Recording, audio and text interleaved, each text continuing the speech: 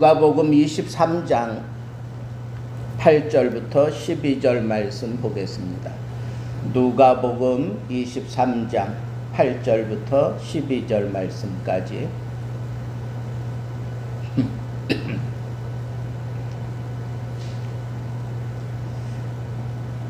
찾았으면 우리 같이 한 목소리로 봉독하겠습니다. 헤롯이 예수를 보고 매우 기뻐하니 이는 그의 소문을 들었으므로 보고자 한지 오래였고 또한 무엇이나 이적 행하심을 볼까 바랐던 영고로라. 여러 말로 물으나 아무 말도 대답하지 아니하시니 대제사장들과 서기관들이 서서 힘써 고발하더라.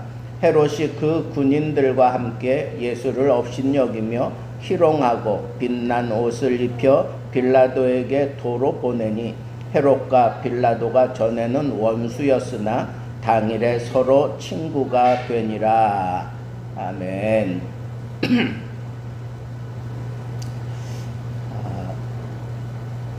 오늘 말씀에서 우리는 헤롯의 잘못된 그 신앙 우리가 볼 수 있습니다. 그래서 그의 태도가 잘못된 신앙을 구축하고 있었기 때문에 헤롯도 그가 예수 그리스도를 대하는 그런 태도가 엉망이었습니다. 예수를 보고 심히 기뻐했다. 그렇지만 그 기뻐한 까닭은 두 가지로 성경이 얘기하고 있습니다. 첫째는 예수에 대한 소문을 들을 때 그 소문에는 언제나 이적이 함께 등장했기 때문에 그 이적을 베푸는 것을 보고 싶어 했어요. 이적을 베푸는 걸 보고 싶어 했어요. 그리고 예수라고 하는 그 실존을 그가 왕궁에 있었기 때문에 예수 실존을 그가 볼 수가 없었는데 이렇게 실제적인 그런 모습을 보고 그리고 그가 혹이라도 어떤 이적을 자기 앞에서 행할 것을 기대했기 때문에 예수가 자기 앞에 왔을 때 기뻐했다라고 그렇게 표현하고 있습니다. 그리고 오늘 말씀에 보면 예수님께 여러 가지 말로 물었다 그랬어요. 여러 가지 말로 물었다. 오랫동안 못 만났기 때문에 물어볼 게 너무 많았던 거예요. 또는 오랜 시간 지냈기 때문에 이 예수를 고발했던 그 사람들은 아주 인내심의 어떤 한계에 달할 정도로 헤롯이 예수님과 그 질문을 하고 그리고 예수님에게 뭔가 좀 듣고 싶어 했어요. 그러나 고발한 사람들이 지칠 정도로 그래서 막 분노할 정도로 그렇게 오랜 시간을 보내고 있는 헤롯의 모습을 보게 됩니다. 질문이 그만큼 많았다는 거죠. 그런데 빌라도에게도 그랬지만 이 헤롯에게도 예수님께서는 그냥 침묵으로 일관하셨어요. 한마디도 대답하지 않으셨다는 거예요. 왜 그랬을까 하는 생각을 우리가 할 수 있지만 빌라도 앞에서도 그렇지만 이 헤롯 앞에서도 헤롯이 질문하는 그 질문의 내용들이 대답할 그런 가치가 전혀 없는 것들만 예수님께 물었다는 거예요. 빌라도는 차라리 내가 그리스도냐 유대인의 왕이냐 이렇게 물었기 때문에 그렇다라고 하는 그런 메시지를 예수님께서 짤막하게 던지기라도 했지만 헤롯은 이방인이 아니에요. 헤롯은 유대인이라고. 그러면 이 헤롯은 이 신앙적인 전통성을 잘 알고 있는 그런 사람이기 때문에 그가 예수님께 대한 그런 호기심, 그리고 예수님에 대해서 예수님에게서부터 어떤 대답을 얻으려고 하면 그 유대적인 그런 생각과 그런 모든 상황들을 다 두루 헤아려서 꼭 들어야 될 것들을 물어야 되는데, 이 헤롯은 그런 것에는 전혀 관심이 없었어요. 예수님이 누구냐 이런 것에 관심이 없었어요. 소문대로 그가 어떻게 잘 가르치고 그리고 어떤 이적을 행할 것인가 이런 것에만 관심이 있었기 때문에 예수님께서는 대답할 가치를 생각할 수가 없었던 거죠. 자, 그렇다고 하면 예수님께서 이렇게 빌라도와 마찬가지로 헤롯에게도 침묵할 수밖에 없었던 것은 빌라도도 대답할 가치가 없었고 헤롯도 대답할 가치를 못 느꼈기 때문에 예수님께서 이렇게 대답하지 않았다라고 하는 것을 우리가 생각해 볼 수 있게 된다는 것. 자, 상황이 이렇게 되니까 헤롯이 급기야 예수님을 업신여겨요. 그리고 희롱하는 말로 이제는 막 그 태도를 바꾸고 있는 것을 보게 됩니다. 정말 예수님에 대해서 진지하게 추구하면서 정말 진리를 얻고자 하는 그런 질문을 던졌다면 이런 결과가 이루어지지 않았을 거예요. 그런데 잘못된 그런 신앙을 가지고 예수 그리스도를 지금 대하고 있기 때문에 그 결과는 예수 그리스도를 업신여기고 그리고 예수 그리스도를 희롱하는 그런 말로 일관하게 되는 것을 우리가 예의주시해야 된다라고 하는 거예요. 그리고 결론적으로 어떻게 했어요? 빌라도에게 다시 돌려보냅니다. 그런데 여기서 우리가 이제 생각해야 될 건 빌라도도 예수님에게서 그 죄악됨을 발견하지 못했어요. 헤롯도 마찬가지예요. 헤롯도 예수님의 그 죄 그런 거에는 전혀 관심이 없어요. 그 죄된 모습을 헤롯도 발견하지 못했어요. 빌라도도 발견 못했고 헤롯도 발견 못했어요. 그러니까 이건 내 선에서 해결할 문제가 아니다 그러면서 빌라도에게 다시 보냅니다.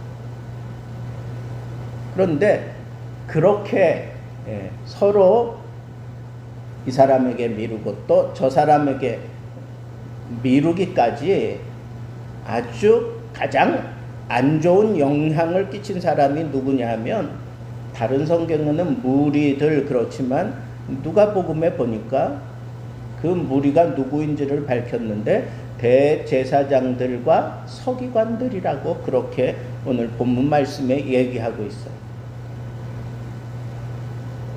여러분, 대제사장이 하는 일이 뭐예요?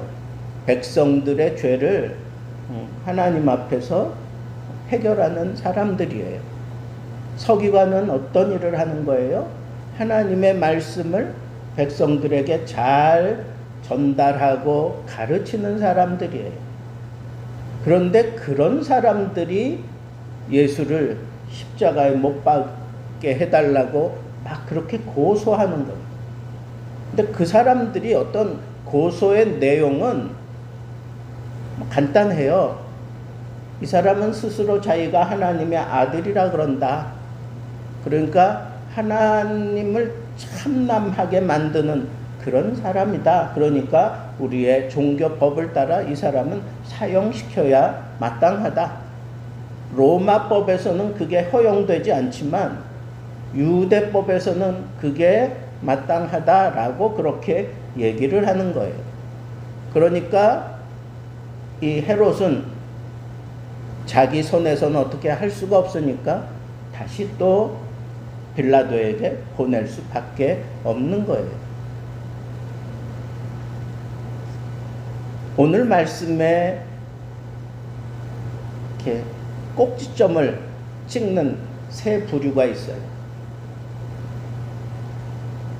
예수 그리스도, 그리고 헤롯, 그리고 대제사장들과 서기관들이에요. 헤롯은 유대인의 왕이에요. 대제사장들과 그리고 서기관들은 예수 그리스도를 드러내야 될 사람들이에요. 왕은 예수님의 법을 따라 통치해야 될 사람이고, 대제사장들과 서기관들은 예수 그리스도를 모든 유대인들의 왕으로 분명하게 소개해야 될 사람들이 바로 대제사장과 서기관들이에요.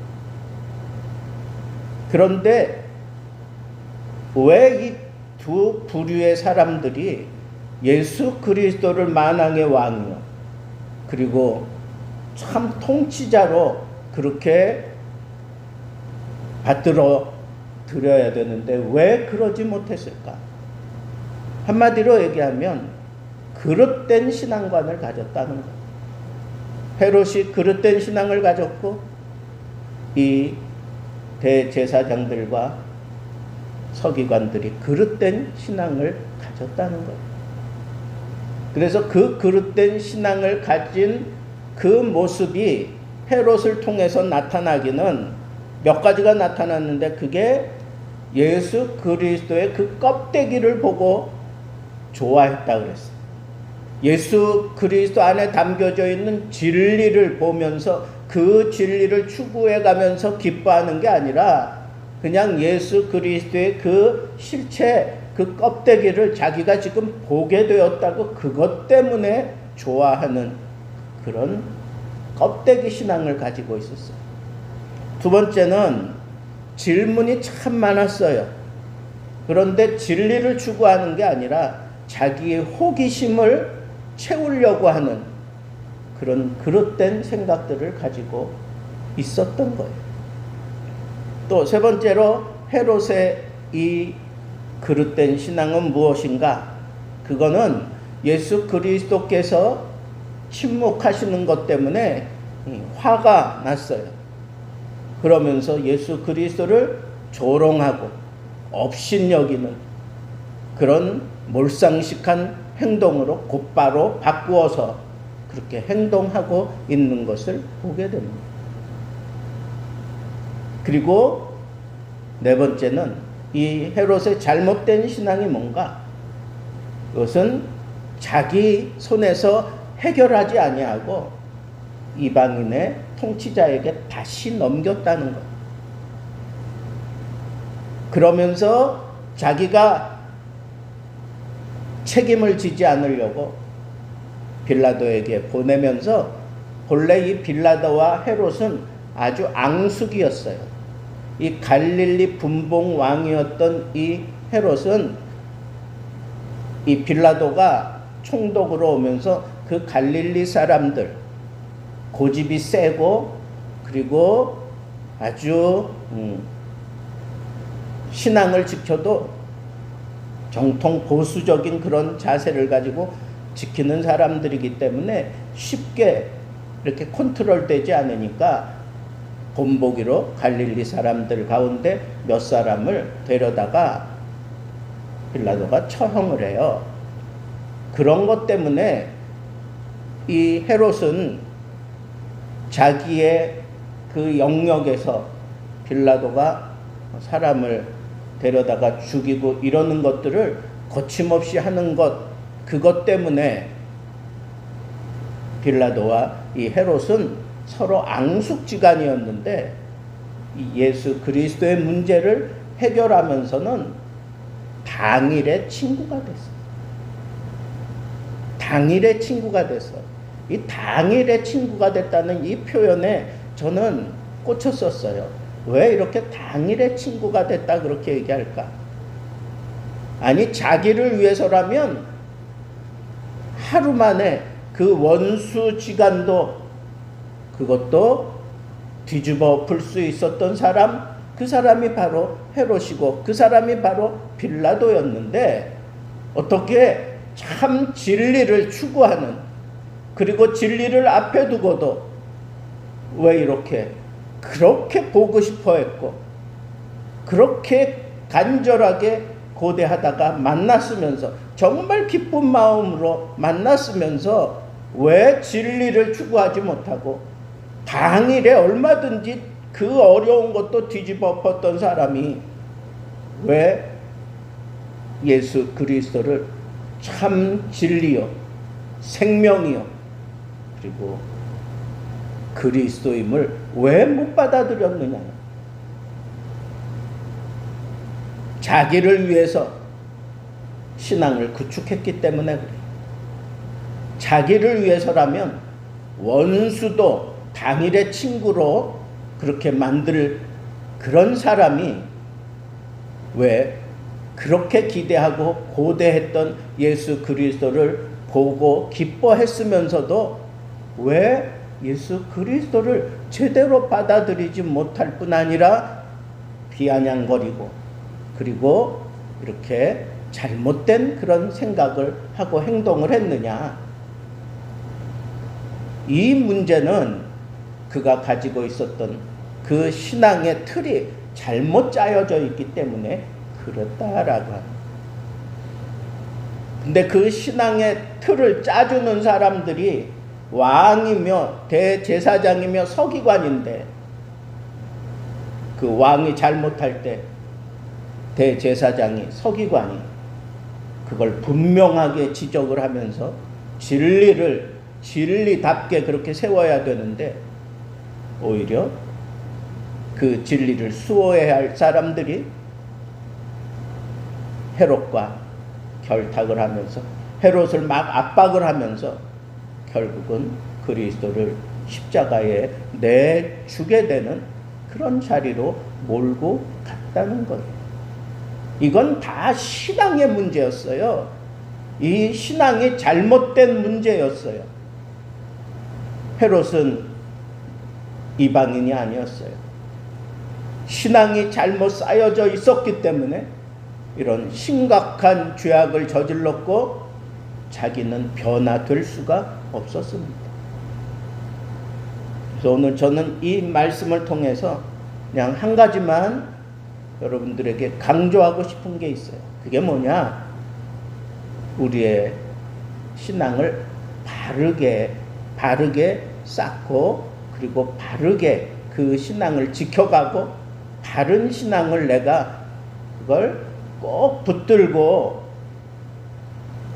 예수 그리스도를 온전히 나의 구세주로 나의 만왕의 왕으로 그렇게 섬기며 살아야 되고, 그걸 보여주는 것이 오늘 내게 주어진 신앙의 모습이다라고 하는 이 사실을 우리가 가슴에 담고 우리 스스로를 한번 점검해 봐야 됩니다.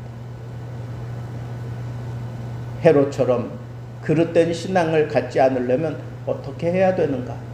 첫째는 헤롯이 예수 그리스도를 정말 고대하고 사모했지만 그는 껍데기를 사모했어요.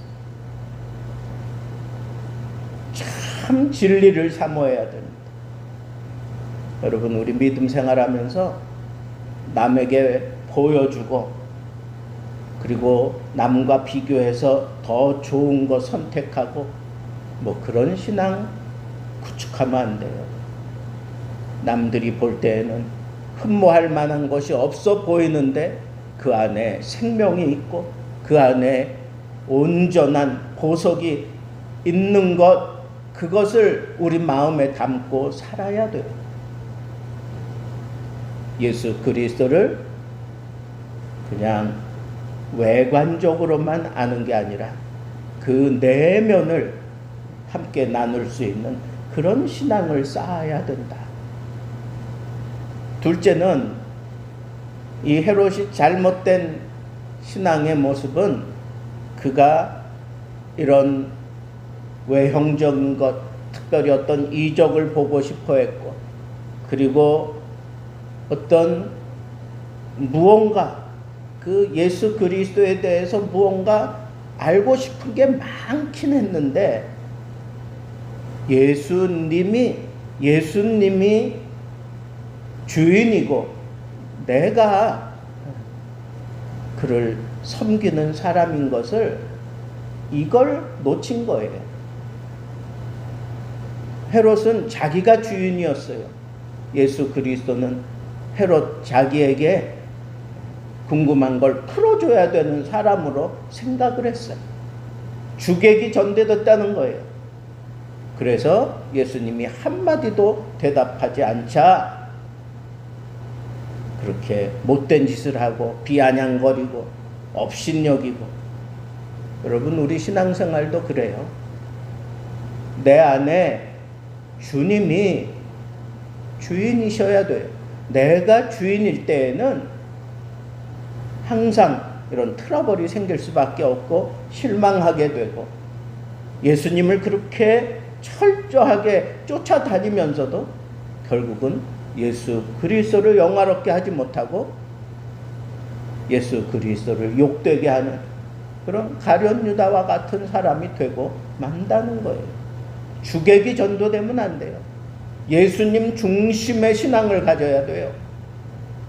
이것이 두 번째. 마지막 세 번째는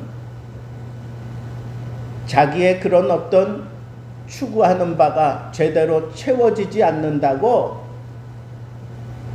책임을 회피하면 안 돼요.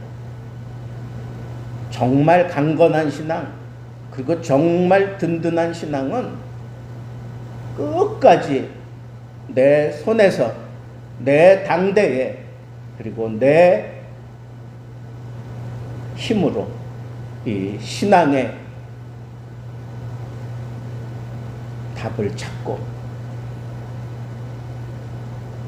그리고 잘 이해가 되지 않고 힘들 때에는 안희숙 여사처럼 내일은 날 몰라요. 그냥 하루하루 삽니다. 주님 내 손 붙잡고 가시옵소서. 내일은 날 몰라요. 주님 나와 함께 하시며 내게 은혜 베푸시옵소서. 그러면서 어떻게 해서든지 내 손에서 그걸 풀려고 해야 돼요. 누가 해주겠지, 아니면 남에게 그렇게 넘겨서도 안 돼요. 이 신앙의 문제는 내 문제예요. 이건 아버지의 문제도 아니고 엄마의 문제도 아니고 자식의 문제가 아니에요. 내 문제예요. 그래서 우리는 바른 신앙 가지려면 이 신앙의 문제는 내가 내 당대에 내 손에서 내 방법으로 내가 푼다. 끝까지 붙들고 나는 이 해답을 찾을 때까지 끝까지 나는 그거 하나 붙들고 가겠다.